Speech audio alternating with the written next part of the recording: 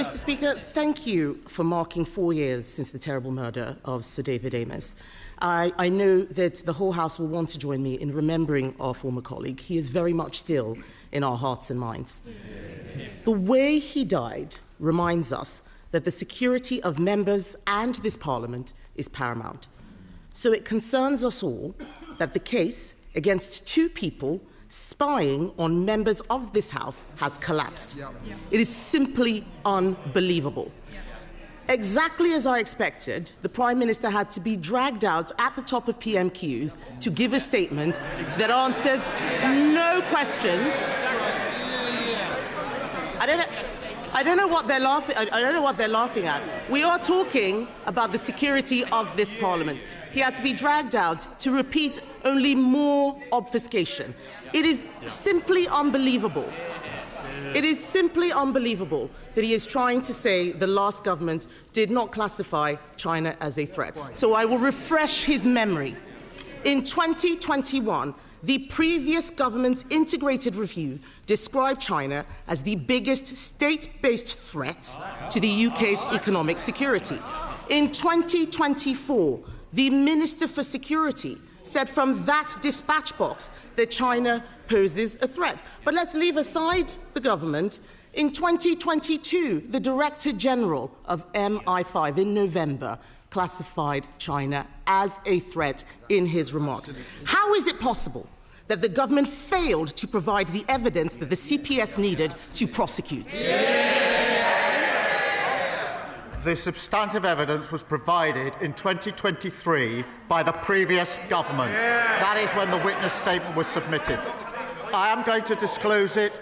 They will all be able to read it. The substantive evidence was written and disclosed and submitted in 2023 under the last government. I noticed she didn't indicate whether ministers were involved in that at the time.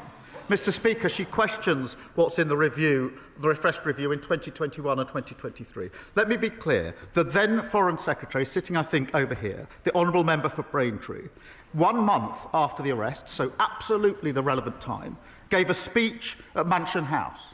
It was called Our Position on China, setting out the government's policy. He said in that speech, summing up China as a threat in one word would be, his words, impossible, impractical, and most importantly, unwise. Foreign Secretary, Mr. Speaker, it wasn't just him. Mr. Speaker, the Leader of the Opposition was Business Secretary at the time. In September 23, the Leader of the Opposition said, her words, September 23, the relevant year, her words, we should certainly not be describing China as a foe.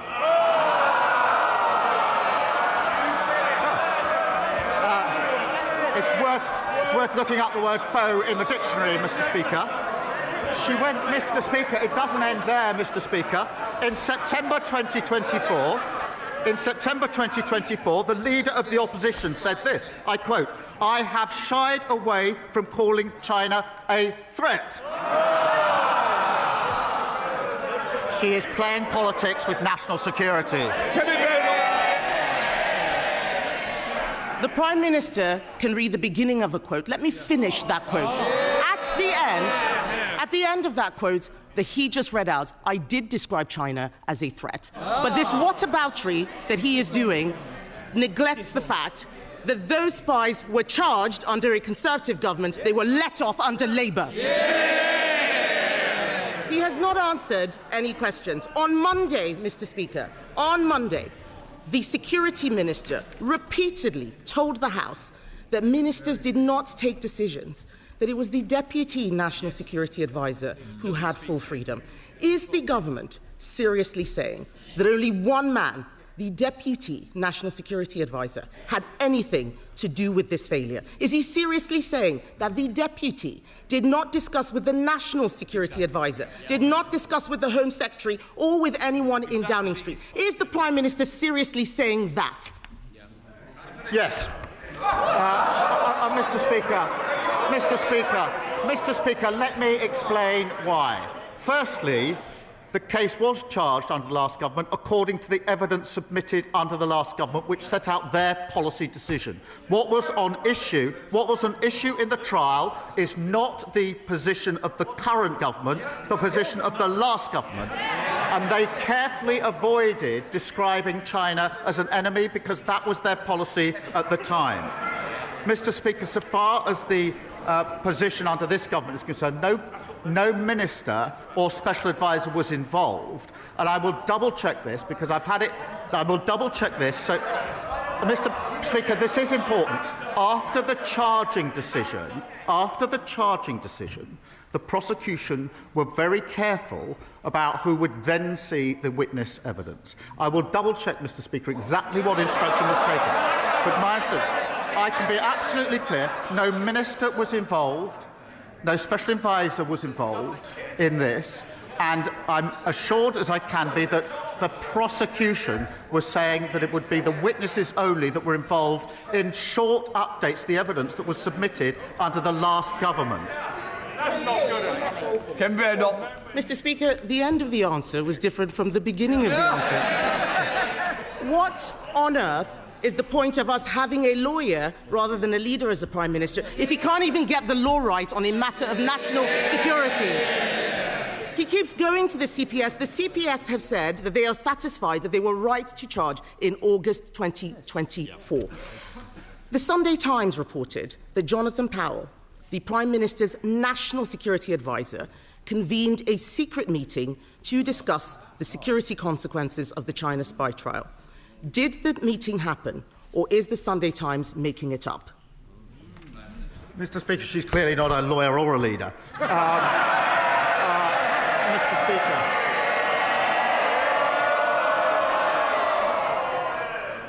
The problem for her is I do actually understand the law. I know what's got to be proven. I've also looked at the evidence. Which was put in under the last government in relation to this case. There was a meeting in September. That did not involve the National Security Advisor discussing the evidence in any way, nor, Mr. Speaker, one further piece of evidence. The final statement in this case was submitted in August 2025. There was no further submission of evidence, one way or the other, after any discussion in September. This is a red herring, a completely scurrilous allegation made by the Leader of the Opposition. Mr. Speaker, the Prime Minister has now twice directly contradicted the words of his Security Minister. They cannot both be right. The chair of the Foreign Affairs Committee couldn't get any answers from the Security Minister.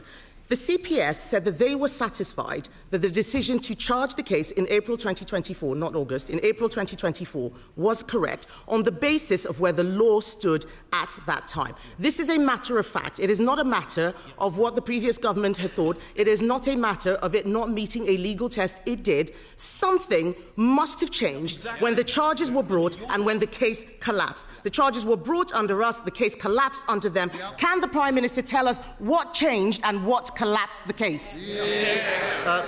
Mr. Speaker, I've said I will publish the witness statements in full.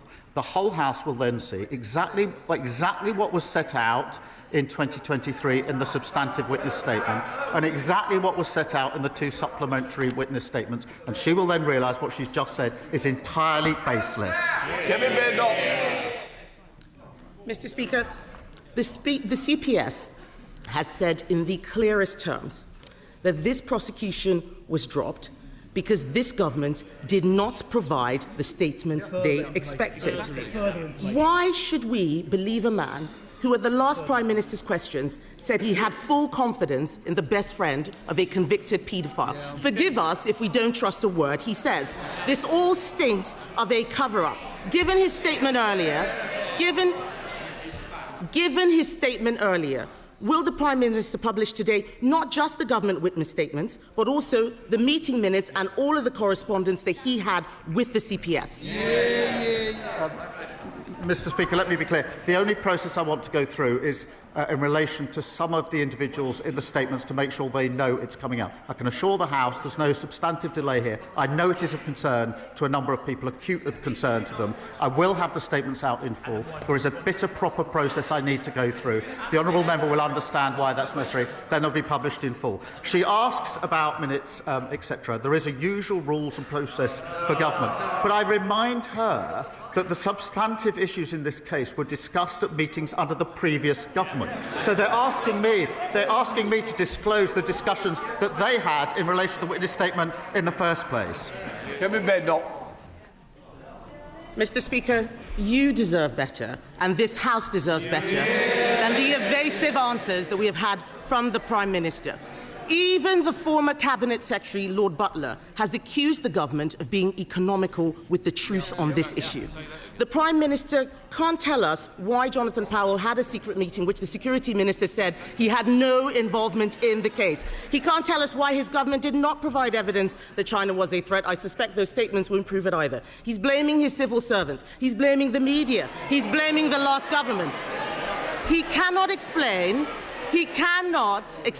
why he could not see this case through. He should have seen this case through. And let me be clear, Mr. Speaker, about what has happened. A serious case involving national security has collapsed because this government is too weak to stand up to China. And if the Prime Minister cannot protect the members of this House, what does that say about his ability to protect this country?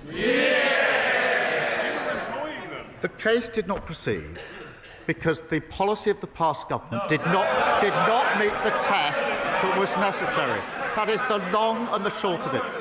Far from evading, I have said I will disclose the full witness statements that set out exactly what was in the witness statements, exactly what the subsequent statement says, and the allegation that somehow they were changed, that the first statement and the second statements are different, is completely and utterly unfounded. Mr. Speaker, it's a pathetic spectacle. Instead of taking responsibility for the fact they failed to update the law so this case could actually be the review, Mr. Speaker, 2015 was the review into the legislation. They took 8 years to change the law. Had they done that more quickly, this case would have proceeded. It was their failure, and they're just slinging mud. Meanwhile, we're getting on, Mr. Speaker, with renewing our country, new planning reforms, online hospitals for waiting lists, new opportunities for young people. Labour's building a better future. They can't even come to terms with their past.